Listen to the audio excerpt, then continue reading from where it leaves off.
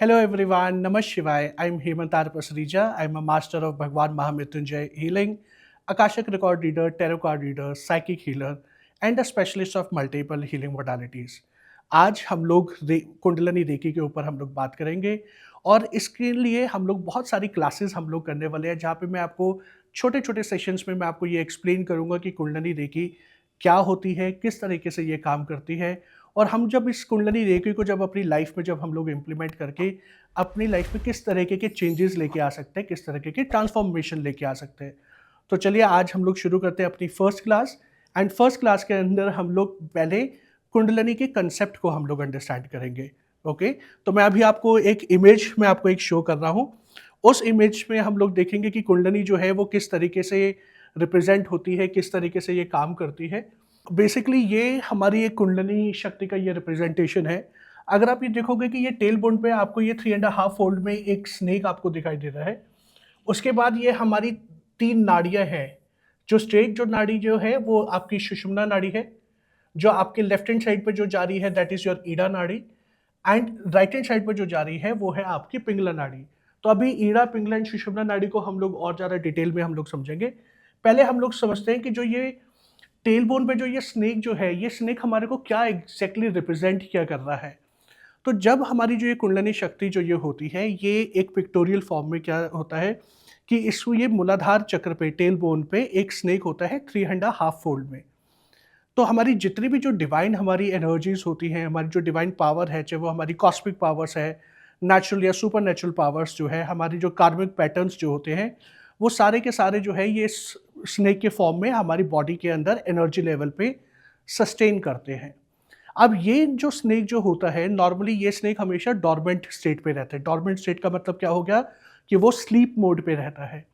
And इस snake को हम लोगों को सर्टन प्रोसेसेस के थ्रू हम लोगों को उसको एक्टिवेट करना पड़ता है, उसको जागृत करके उसको अपलिफ्ट करना पड़ता है। अब बात ये आती है कि पहले ये समझते हैं कि जो ये स्नेक जो है, जो हमारे ये टेल बोन पे जो 3.5 फोल्ड में जो ये स्नेक बैठा हुआ है, ये किस वजह से ये डॉर्मेंट स्टेट पे आता है।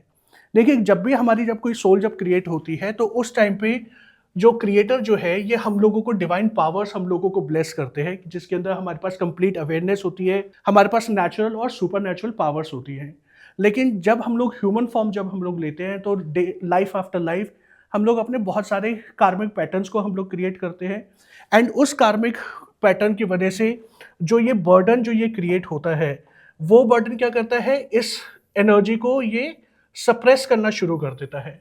और जैसे ही ये जब ये सप्रेशन में जब आता है तो एक टाइम पीरियड ऐसा आता है कि जो ये माँ कुंडलनी है, जो हमारे मूलाधार चक्र पे जो धूमावती माँ की फॉर्म में, कुंडलनी की फॉर्म में जो विराजमान होती है, वो स्लीप मोड पे आ जाती है। ये स्नेक जो है वो सो जाता है।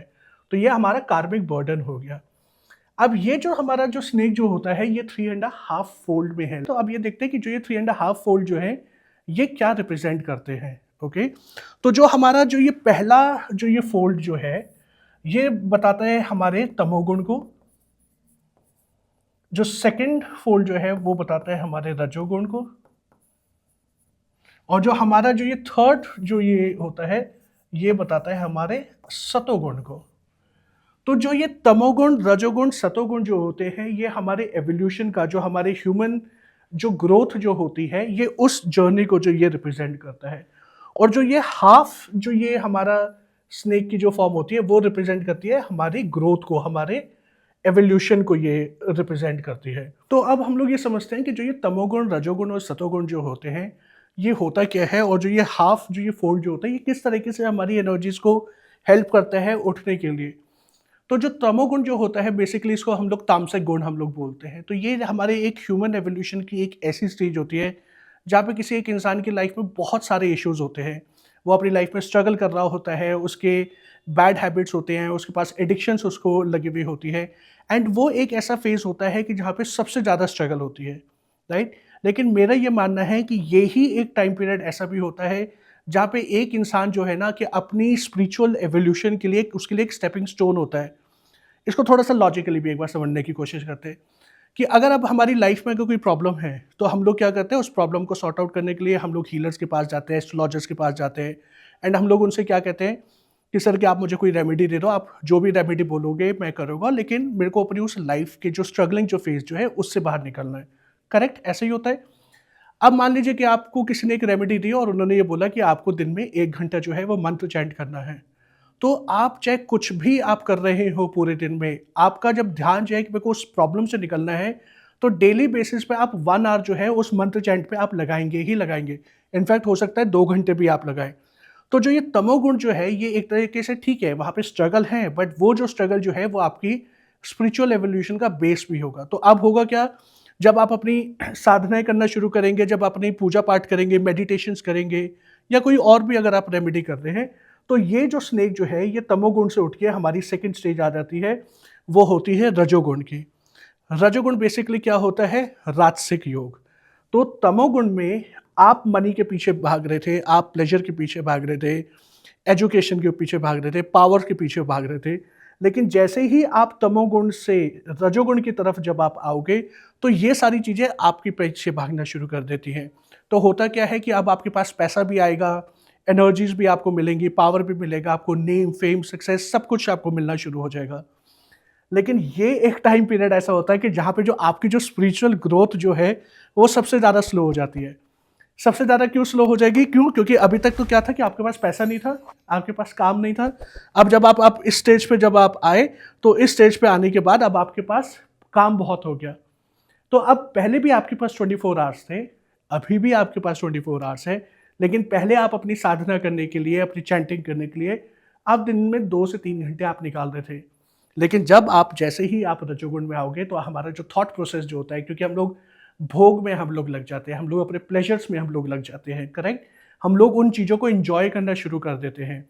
तो उसकी वजह से क्या होता है कि जो हमारी साधना की जो ड्यूरेशन जो होती है, वो धीरे-धीरे होके वो कम होनी शुरू हो जाती है।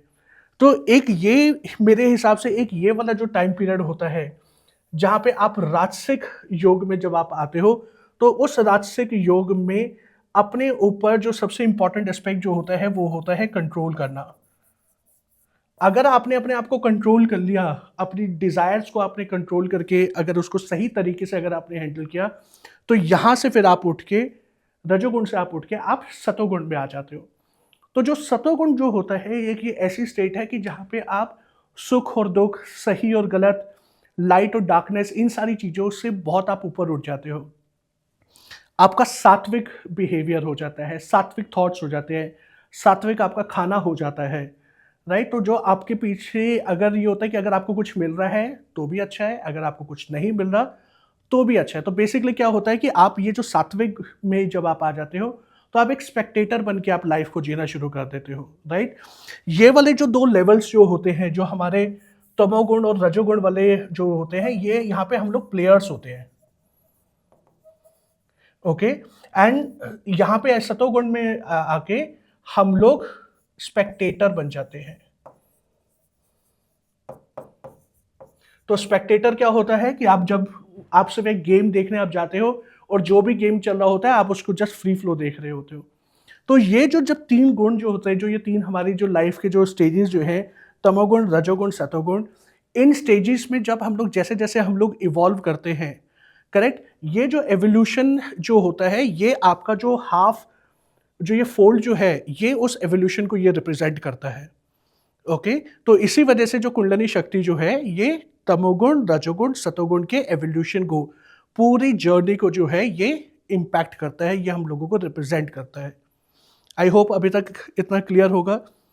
चलिए आगे एक और कंसेप्ट को हम लोग वो लेके हम लोग चलते हैं, और वो कंसेप्ट क्या है कि बहुत बार ऐसा आपने सुना होगा कि लोग कहते हैं कि कुंडलिनी जागृत हो गई, करेक्ट? एंड जब कुंडलिनी जागृत जब होती है, तो बहुत सारी हमारे पास पावर्स आनी शुरू हो जाती है, नेचुरल पावर्स आती है, कुछ सुपर नेचुरल पावर्स आती हैं, एंड उन पावर्स को हम लोग किस तरीके से यूज़ करते हैं, वो पर्सन टू पर्सन जो है वो वेरी करता है कि आपकी कॉन्शियसनेस के ऊपर, आपकी अवेयरनेस के ऊपर, राइट? लेकिन मेरा ये मानना है कि कुंडलिनी का जागृत होना और कुंडलिनी का उठना, ये 2 अलग कंसेप्ट है। हो सकता है कि कुछ लोगों को लगता हो कि ये सेम है, बट एज़ आई सेड, ये मेरा मानना है।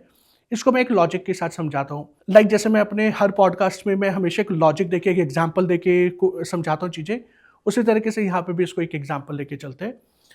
जब हम लोग छोटे थे, तो होता क्या था कि मम्मी हम लोगों को स्कूल जाने के लिए उठाती थी, और हम लोग, मम्मी कहती थी ना कि चलो उठ जाओ, स्कूल का टाइम हो गया है, जल्दी जल्दी चलो।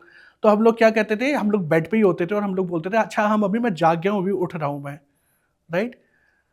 फिर मम्मी कहती थी ठीक है कुछ नहीं होता, लेकिन अब बेड से उठो, जल्दी से ब्रश करो, तैयार हो। करेक्ट, यानी कि ये दो अलग एक्टिविटीज हो गई। जागना डजेंट मीन्स कि आपने उठ के अपना काम करना शुरू कर दिया, है ना। तो सेम लॉजिक जो है ये हमारी स्पिरिचुअल जर्नी में भी ये होता है। यहाँ पे क्या है कि जब आपने साधनाएं करी, आपने मेडिटेशन करी, तो माँ कुंडलनी जो है उनकी जो स्लीप मोड पे थी, जो वो सो रही थी, उनकी आईज जो है वो ओपन हो गई। ओपन होने से क्या हो गया, हमारे अंदर अवेयरनेस आई। और जब अवेयरनेस आती है तो होता क्या है कि सबसे पहले हमारी साइकिक पावर्स, इंट्यूशन हम लोगों की बढ़ जाती है। क्यों? क्योंकि अब हम लोग मल्टी डायमेंशनल चीज़ों को हम लोग देख सकते हैं। तो लोगों को लगता है कि यार कि मेरी कुंडली जो है वो जागृत हो गई। नहीं, यहाँ पे वो सिर्फ कुंडली जो है अपनी अवेयरनेस में आई है। और वो ये अवेयरनेस ये होती है कि अब मुझे पता है कि मुझे अपनी लाइफ में क्या करना है, कैसे करना है, एंड मेरा जो ये ग्रोथ जो है, वो मेरी ग्रोथ जो है वो किस तरीके से होनी है। अब फिर आप बहुत सारी चीज़ें, प्रोसेसेस आप करते हो, लाइक कुंडलिनी योगा करते हो, कुंडलिनी हीलिंग्स करते हो, साधनाएँ करते हो, चैंटिंग करते हो। इन मल्टीपल चीज़ों को जब हम लोग यूज़ करते जाते हैं तो धीरे-धीरे माँ कुंडलिनी जो है वो हर एक चक्र को पेनिट्रेट करते हुए सुषुम्ना नाड़ी से ऊपर उठती हैं। और फाइनली क्राउन चक्र के ऊपर भगवान शिव जो है, ओके, जो मैस्कुलिन एनर्जी जो है, ये उस मैस्कुलिन एनर्जी के साथ में कुंडलिनी जो है मर्ज हो जाती है। तो इसी वजह से मैं हमेशा कहता हूँ कि कुंडलिनी का जागृत होना और कुंडलिनी के उठने में बहुत ज़्यादा फ़र्क होता है, राइट। आई होप कि अभी तक हम लोगों ने जितना जो ये पढ़ा है ये उतना आपको समझ में आया होगा। आज फर्स्ट क्लास में हम लोग इतना ही हम लोग करेंगे। नेक्स्ट क्लासेस में, आने वाली क्लास में हम लोग समझेंगे कि जो मेरी ईड़ा पिंगला और जो सुषुम्ना नाड़ी जो होती है वो किस तरीके से काम करती है, और जो ये चक्रास जो हैं ये किस तरीके से ये चक्रास जो हैं ये क्रिएट होते हैं, right. So thank you so much, stay tuned and hope to see you in the next class. नमः शिवाय, गॉड ब्लेस यू।